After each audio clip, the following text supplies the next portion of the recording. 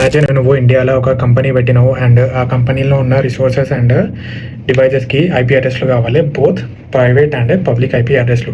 ఈ ఐపీ అడ్రస్ల కోసం మనము ఎవరి దగ్గర పోతాము?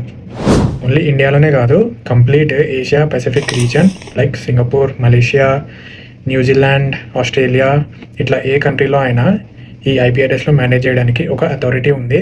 దాన్ని ఏపీనిక్ అంటాం, అంటే Asia Pacific network information centre. So ఇట్లా ఏషియా పెసిఫిక్ రీజన్కి ఒక రీజనల్ రిజిస్టర్ ఉన్నట్టే ఆఫ్రికాకి, కెనడా అండ్ యునైటెడ్ స్టేట్స్కి, లాటిన్ అమెరికా అండ్ కరీబియన్ ఐలాండ్స్కి, Europe, middle east and central ఏషియాకి, ఇట్లా ప్రతి రీజన్కి డిఫరెంట్ రీజనల్ రిజిస్టర్స్ ఉంటారు. వీటన్నిటిని గ్లోబలీ కోఆర్డినేట్ చేయడానికి ఇంకొక అథారిటీ ఉంది. దాన్ని అయానా అంటారు, ఇంటర్నెట్ అసైన్డ్ నెంబర్స్ అథారిటీ.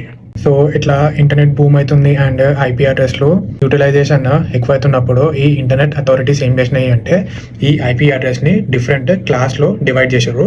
దాన్ని క్లాస్ఫుల్ ఐపీ అడ్రసింగ్ అని అంటారు. దీంట్లో 5 క్లాసెస్ ఉన్నాయి. Class A, B, C, D and E.